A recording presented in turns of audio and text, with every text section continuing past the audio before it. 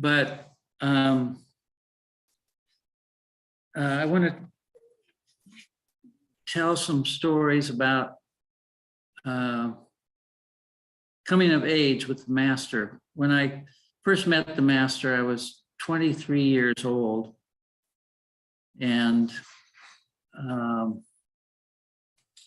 the master, the first time I met him, he said, "Oh, it's you. How have you been?"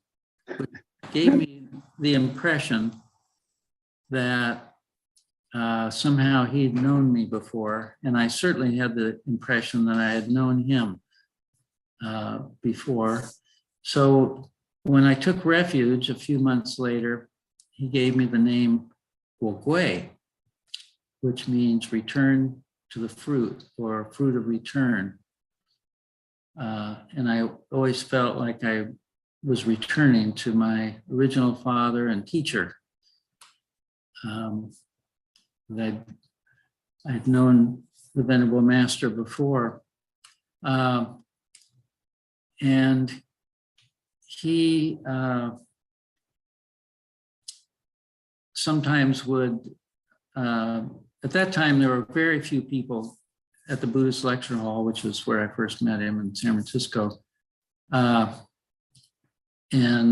not long after that, by the next year, we'd moved over to the original Gold Mountain Monastery, a larger building with more people.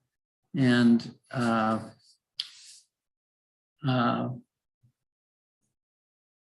I started eating one meal a day. I started sitting up to sleep. And one time we went to a Buddha Root farm. This was in 1975. It was the first Buddha Root farm. And I had a car, and I don't know what the causes and conditions were, but the master needed to get around, and he told me that I should be his assistant, his aide during this week of Amitabha recitation and meditation. So at night I was sitting up, and the master saw that I was having a hard time sitting up. I would have to lean against the wall, sit in a corner so I wouldn't fall over. But so he saw me getting adjusted so I wouldn't fall over.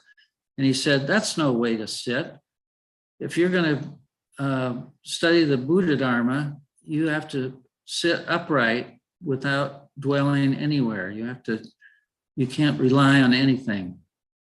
All you have is your body. You can't rely on anything outside your body."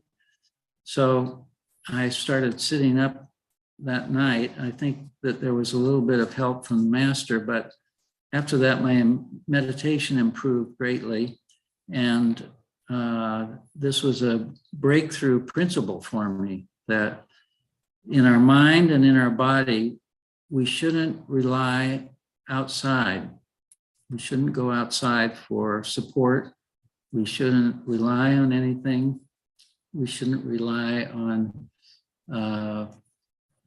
anything outside and anything inside. And that means that when we're cultivating, we use all kinds of methods.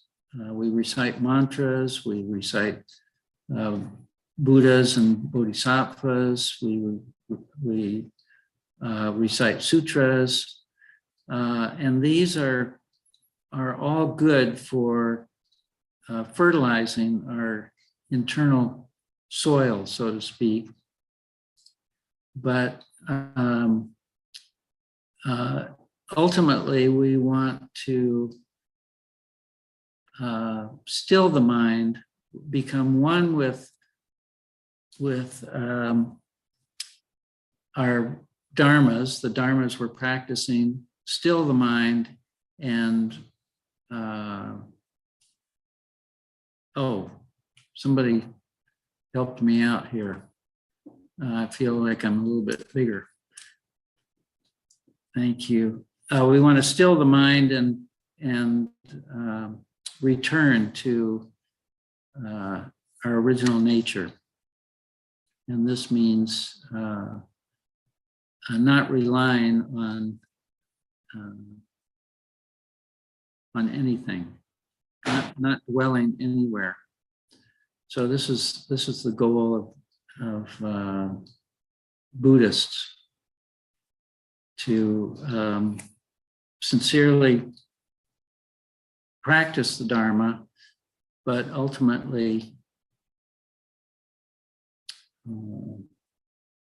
see beyond it, go beyond it.